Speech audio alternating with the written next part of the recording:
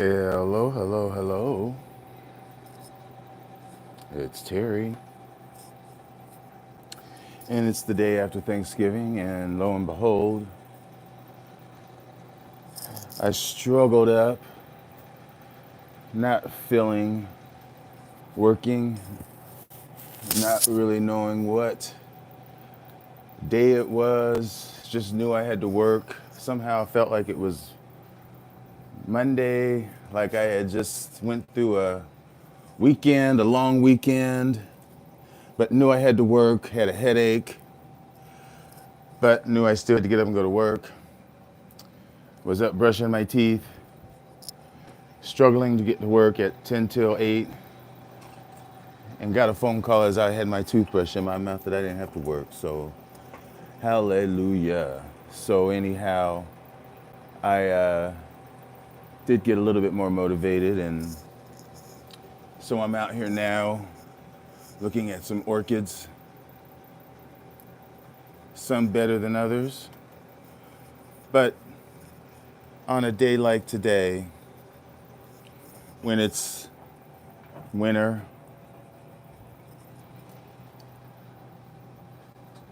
and it's a gray day on top of that, not on the warm side, but on the other hand, it's not cold out, it's not freezing, but just a gray day. Days like today, hey there, Ron, love you, guy. But yeah, days like today, especially when it's around the time when you should be watering and fertilizing, and you really are in that frame of mind, and love you more. You're really in that frame of mind to get it done like you know you should, because you want to give the best to your plants and your babies. And you wake up and you look at the temperature, you check things out, make sure things are not cool out, make sure the humidifiers are all full. Yeah, this is the time when you would get bud blast because of the change in the temperature and the fluctuations in the humidity. It's really difficult in a home environment to maintain that static humidity and temperature that it likes. Well, I do, but it's manageable. It is manageable, honestly. And with my setup, it's easy to do because in the winter, I'm not so obligated to weekly.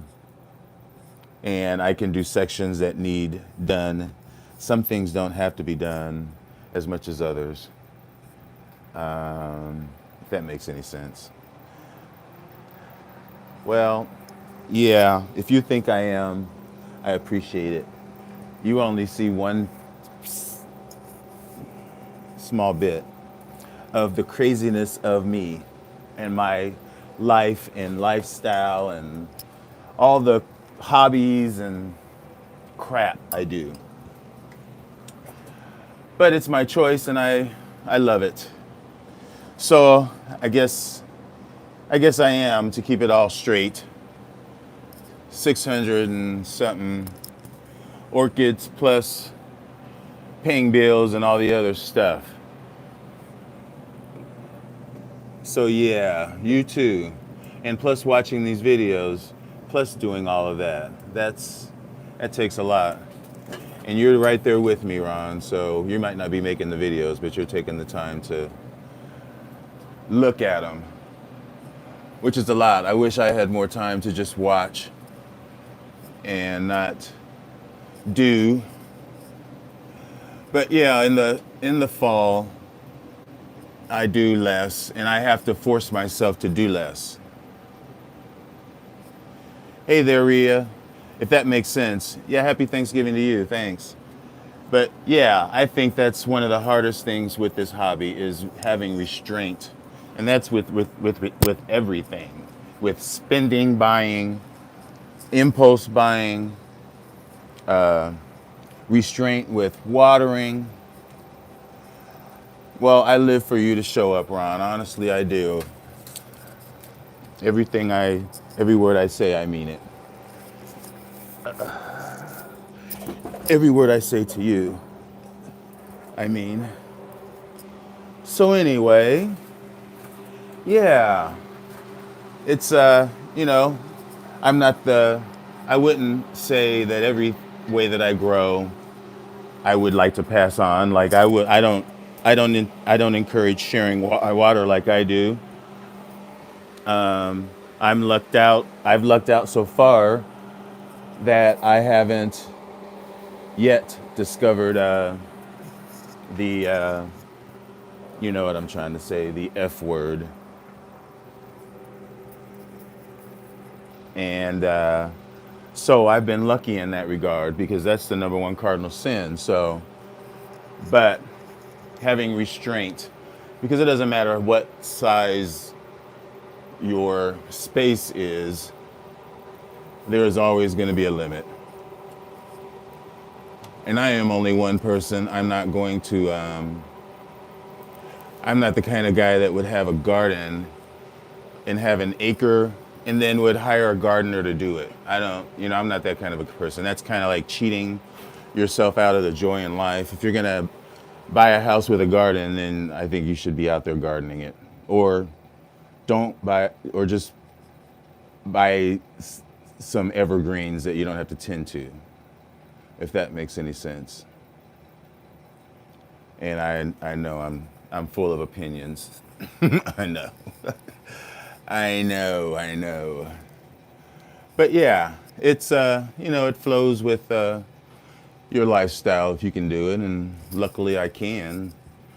But I've lost a lot because I've overwatered or been so zealous, over patient. Like for instance, I used to love more Paphiopedilums, like especially the ones that have those pouches. Well, thanks, Ron. The ones that are like Bellatulum and Milipoense and the hybrid Lee Kupovich, those. And there's others, I think Nymphaeum, those like that. There's one that's, it's not Coccineum. It's a little one. It's a little white one that has. It's white, pure white. I think it starts with a C, but it's more of a cooler grower, and it has that pouch that you could look. It looks like a toilet. That's what it looks like, a toilet bowl. Those bulbophyllums, macrophyllum maybe, macranthum. It's Bellatulum. Maybe it's Bellatulum is what I'm thinking of. I should just move on, but because I'm getting confused. But those, and I would always, those take so long from the time you see a bud or the spike from, okay, so this would be the plant. And as soon as you see like the spike this tall, it takes forever, like a year, for it to get this tall. For me, and you could see the bud on the plant. Sometimes the bud would be on the plant after you waited for it to get this tall, and the bud would come. The bud would just stay like it wasn't going to open, and then the minute that you tried to pry it open, it would fall over. You would knock it over. You would just knock the whole bud off, and then later on you realize that I just needed to have more patience. Well, hey there, Tracy. Thank you. Well, right now I'm showing you a dead plant. Unfortunately, this is my really brand new hibiki, which is kind of special hibiki because it's more of a pastel-y pink than like the darker, you know what I'm trying to say, fuchsia color hibiki. And it looks like cold damage to me for some reason, somehow. Maybe it was too close to a window. I can't remember where it was, to be honest. I think it was over here. I don't remember. But it doesn't look like it's going to survive, really. No, hibikis don't They don't stop. They should be putting up new growths or something. Yeah, hibikis. Plus, you can see the stalk it's not green as it should be. You can see how it's turning this kind of color right here. That's not the right color.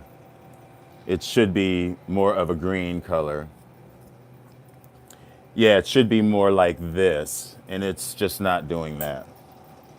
That looks like cold damage. Like, for instance, I can show you cold damage right here. Right, this is my, right here. This is a dendrobium, and I didn't know. You can see it sitting right in front of where my fan is that kicks on. I have a thermostat on there, and I had this is, well, I think it still works, but I have to cover it up. It's a vent there. But the other day I was in here, and I know this area was somehow getting some cool air from here, because that's just right outside, of course. And this, you can see, it's kind of the same. It's kind of the same. How it starts at the bottom, and then this is good, but that color, and you can see it's getting soft. It is soft. So this is a dead plant. I should just get this out of here. It's a shame too, but I know that it was because it was too close to that vent right there. And yeah, I know that's what it was. And I like that plant as well. Look at how big that was. I need to get another one. I will, if I see one. But that's what the problem with this plant. Same as these canes over time will turn that orange color. You can already see it starting to happen right there. So yeah, and so you see how that's bronzing up a little bit. It is, especially this one, because I got this at Brethren, and he didn't even want to give it to me because he was like, I breed plants off of that because of the color. So I am bad because he parted with something, and look what happened. I am bad. Bad, bad, bad. So, well, you live and learn. That's all you can do. But yeah, I appreciate you, Ron, and just everybody who is tuning in. Tracy, all the lurkers. I'm sure, I have some friends out there that are just watching silently, quietly, pretending they're not really watching. But that's fine. I am good, and I am really liking the way that this plant is looking for once. I finally decided to stake it down closer to the mount. This has been mounted on here forever, and this is area javanica. It hasn't bloomed since I mounted it. It's been a long, long while since it bloomed from that spike there. Yeah, hey there, Nina. I was almost going to say your name. I was going to say Ninja. She's lurking with her nunchucks. Okay, yeah. But you can see how the growths are much better this year once I've got it strapped closer to the media. Oh, not you. Not you. I'm talking about the Ninja. The Ninja that just revealed herself. But yeah, you can see the progression of the growths from here through here, from this bulb to here. And the leaves already are better. So I'm really hoping, and there's many new growths, even going down to the bottom of the base of the plant down here. This will be very nice if it blooms, because the blooms are fragrant like jasmine, and they're long-lasting, pleasing, star-shaped blooms. Yeah, and that still smells like that perfume. No, it's just an ongoing kind of, I was talking about how today is, well, I really didn't know what day it was, to be honest, because of the holiday. And I was really woke up expecting to work. But in any event, my point is I was thinking that it was about time for me to water my plants. So that was on my mind, weighing on my mind. But on days like today, even when it's supposed to be watering day, when it's cloudy out, barely any sun, even though I am keeping the greenhouse warm, as much as I want to water, it's better just to hold off for another day. When it's more sunshine, especially in the wintertime, I just think if it would have been sunnier, yeah, and it's getting a little bit better, but restraint applies to everything. I mean, it applies to people, I hear, well, it's a process you have to go through to be successful, I think, at orchids. You have to know your limits. And that's another way of saying restraint, is knowing your limits, because you can't have every orchid. I don't care who you are, unless you're selling them and breeding them, maybe, or unless you have workers. But I explained earlier that I'm the kind of collector that I have a life as well. And so I use the expression, I'm not going to buy a house that has an acre of garden and then hire a gardener to do it. I'll do it myself. If I can't take care of what I got myself, I'm not going to hire it out, if that makes any sense. I know some people like it hired out, like it done for them. I want my hands on the things that I deem, objects of affection. You know what I mean? You wouldn't hand your girlfriend to another man, would you? I don't know. I don't think so. To care for when you were out of town? I don't know. But that's just me. It's hard to do. It's like having a child, but you have 600 children. But my point is, you have to know what you can do, and you have to set limits for yourself. You can't just joy and binge shop. You might, but you will soon reach your limit. Otherwise, you won't be growing orchids. You'll have a lot of casualties, and then you'll realize you'll become overwhelmed. Or if you want to be successful, you'll have to figure out what your limit is. Because I don't think people go into buying any sort of living animal, plant, anything that's breathing with the knowledge that, well, I don't know.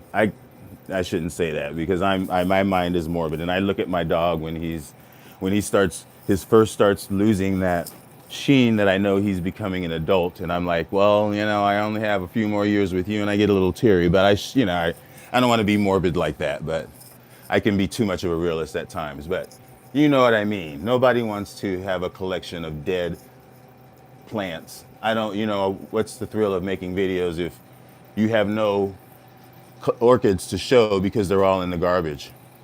Or, you know what I'm saying, I'm exaggerating. So restraint takes its form in it's a good principle for your entire life.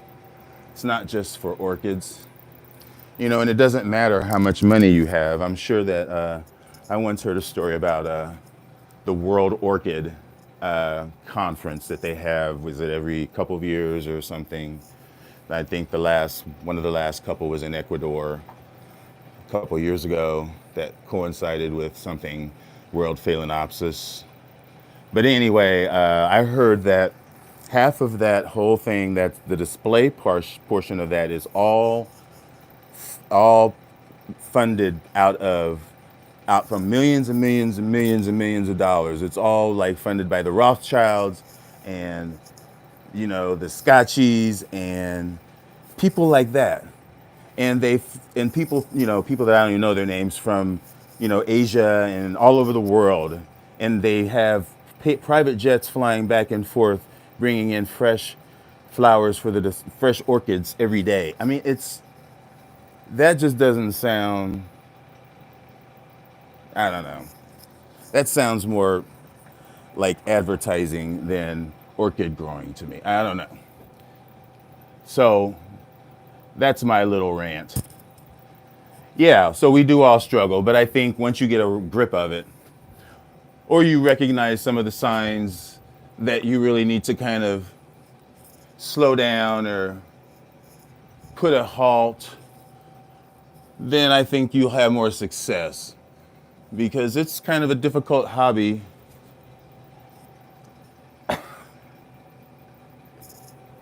Okay. All right. Well, anyway, I'm just trying to help make it easy, because it is a a blessed existence to be able to have any collection of any sort of. I mean, there's no value except here is personal value. I'm not trying to, you know, so it's personal, but I know the money that I spend, and so in that regard, that's the difficulty, and that's the importance of control. Because you know, around every corner there's another better, bigger, colorful.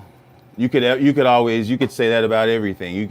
You could fall in love and say you had the best sex yesterday, and if you're that kind of a person, you zip your zipper up and turn around the corner and you run into the next best thing, and then you're blinded again. So it's like that with everything. Same with a car. You can always be one upped, but you can't look at the outside. You have to focus inside, if that makes any sense. It's got to be about you. You can't have everything. You have to condition it. You have to fine tune it to your space, your environment. Like I was speaking of Nina, I was like your video that you were just bringing in your orchids last week, and that's amazing to me. For on the one that I would assume maybe you could probably leave them out for the most of the year. I would assume that, and so it was just, but you really have to fine tune it to yourself. And these videos that we all watch, I mean, unless you live right over there, then a lot of times you have to kind of fine tune the information that you receive and kind of, convert it to what you do. Like this is south and this is west, that sort of thing, to orient yourself.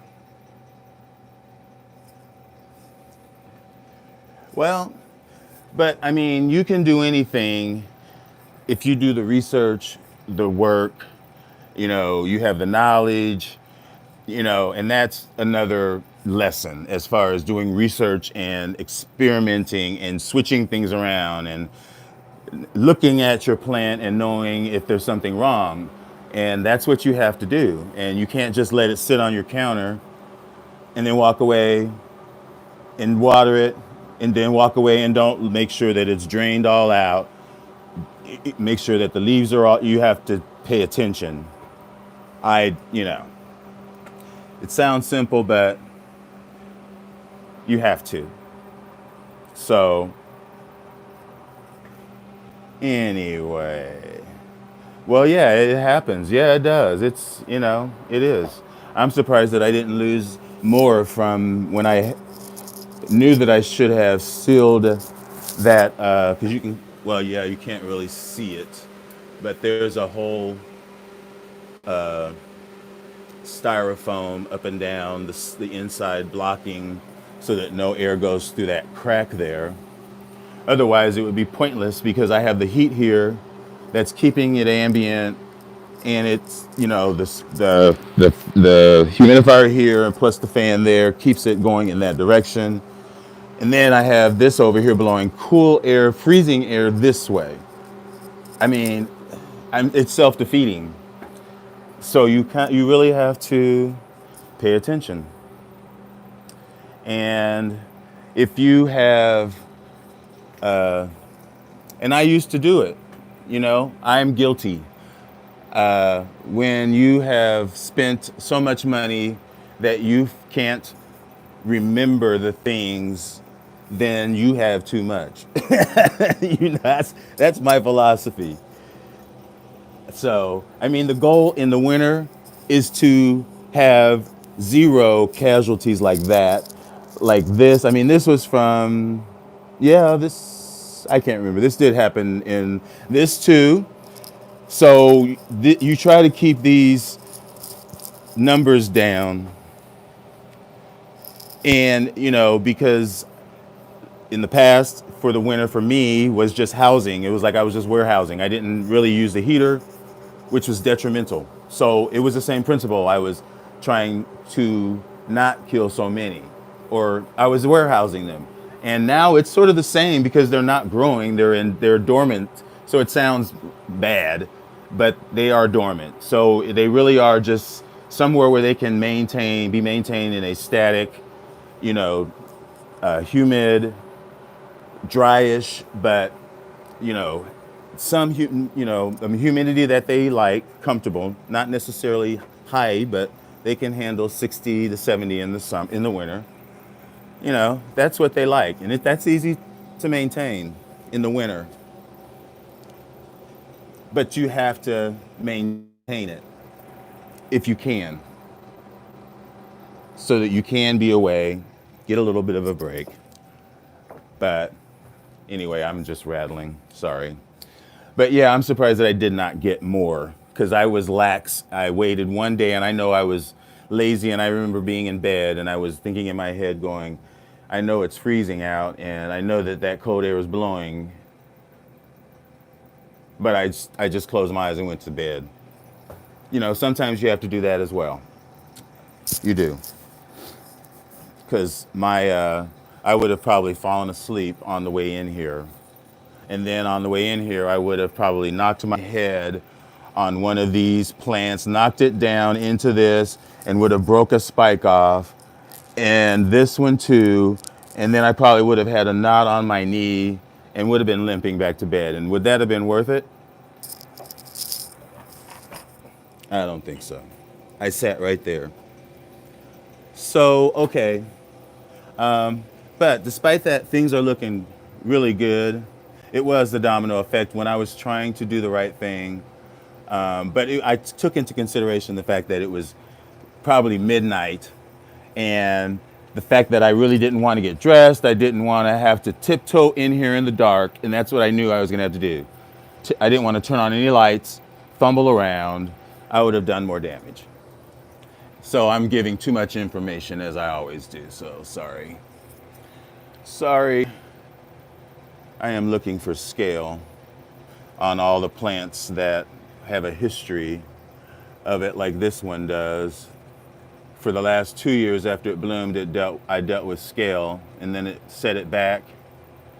And the growths used to be really big, like this big, and now they're short. But, it's giving me sheaths this year, so, I suppose hopefully this spring it'll push forth. Hopefully. Yeah. But yeah, like restraint, when you have these particular bifoliate cattleyas. Restraint with the temptation to water them too much when they really don't want but a trickle, because they're resting, they're firming up, storing up their energy so that they can put forth blooms for next spring. So you have to balance these down here that have the sheaths, my Aurantiacas and my Guatemalensis, some of my Lalias in here that have sheaths. Yeah, there's a sheath right there on that. Let me see what, okay, that is, I just want to check the name on that. Thought that was something else. Is that the same? Yeah, that's the same thing. Okay. But yeah, and here's my other Aurantiaca right here. And maybe there'll be a sheath in there. So you kind of have to pay attention to that kind of, it sounds basic, but it really hasn't been all that long for me, honestly, where I've had the discipline to where I don't be overzealous. Be overzealous and look at it and think, oh, I haven't watered it in so long, and then water it, and the next day I come in and all of this is bent over, and it's like you can press it and it's like mush. That happens. So you have to as soon as that hand reaches forward, hey there, Denise, as soon as that hand reaches forward to water it with the hose, you just slap yourself. You have to. You have to. On these, this is my Cattleya Berinjana. And this, I got it last year at Hauserman. This was the growth it came with. And this year it put up this growth back here that blasted. And then it put up this growth that was a really nice growth. And it's very nice. You can see the leaves and it put up a little sheath down there, which is fine. But if I had continued to water it, it would not be good. So that's the discipline that I'm talking about. It's more or less slowing things down and going by the weather. The cooler cooler days and drier days, or not drier days, cooler and cloudy days, you can stand to not. Your plants can stand to go a day without watering, I would say, in my experience, especially in the wintertime. So, and this one was something that had been looking at. This is my Cattleya Middleburg that had bloomed so nice. And it had been in this the whole time. And then after it bloomed, it started to just suddenly rot its bulbs up into this point. And then this one also began to brown, but it stayed firm, whereas these here, this is what I mean. This is mush. You can see that as mush. And this is the cane that just bloomed. And so when I turn the plant around this way, this is where it bloomed from as well. You can see there's the spike. And if I can move that plant, there's the bulb. And it's not mush yet, but it is trying to put up a little growth there. So is that going to be okay? I hope so. But I haven't seen the rot that is here. I don't see it progressing. Well, maybe it is down there, but it isn't moving towards any of the other areas of the plant either. And this bulb back here as well. I'm talking about this bulb right here. It's not got any of not that I can see, the rot seems like the rot has stopped here. I don't know. I don't see any browning on this bulb, and it's still very firm. So let's hope. And let's hope that this progresses. I'm hoping. This looks great. That's my Skinner eye. I'm waiting to see what develops on this. Hey there, Paula.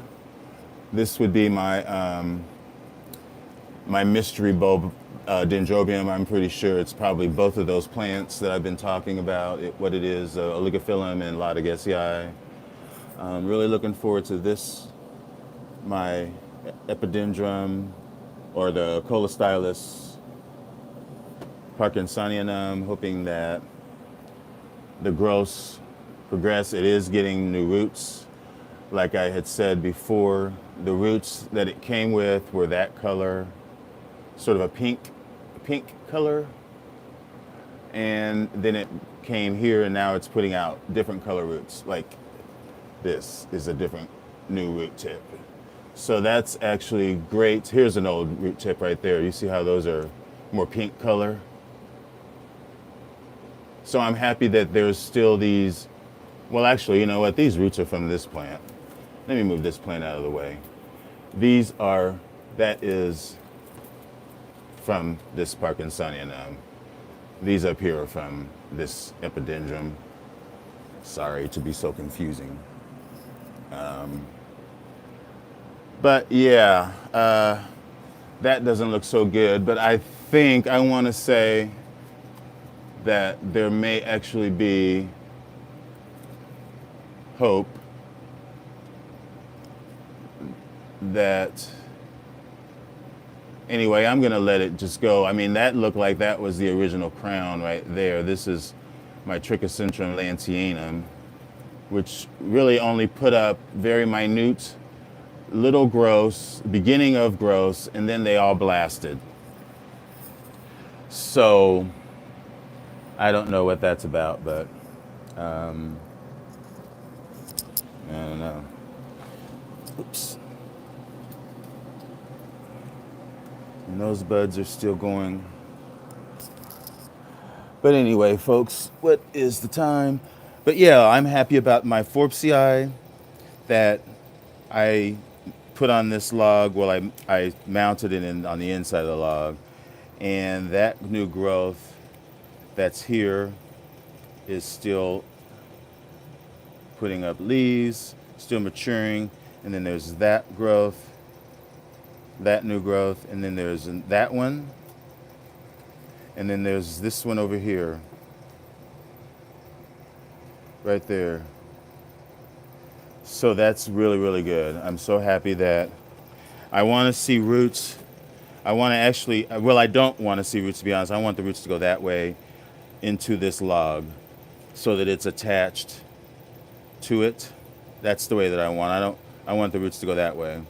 I guess if I see roots, I'll be happy, but I want them to go in the other direction. I want the roots to go from over this way. And I've succumbed to this being gone. Of course, this is that color of the dendrobium, but canes, as they, you can see this is the green they start at. And when it's not getting enough moisture, that's what that is. Same as this. This was not enough moisture. Same with this one. Although I'm keeping it, you never know. But you can see the color that it is turning. It's not green anymore. It's that tan color. So, my bad. But that's about it, folks, really. It is, 3:20, and I have a meeting at 3:30. Perfect timing. I can head on to my meeting. It was good spending this time with you all. Hopefully I made some sense out of what I was trying to say. I think I did. Because I think I've lost so much and wasted so much money just by not saying no. So anyway, everybody, thank you for watching. And I will see you very soon, of course. Happy Thanksgiving again. Bye.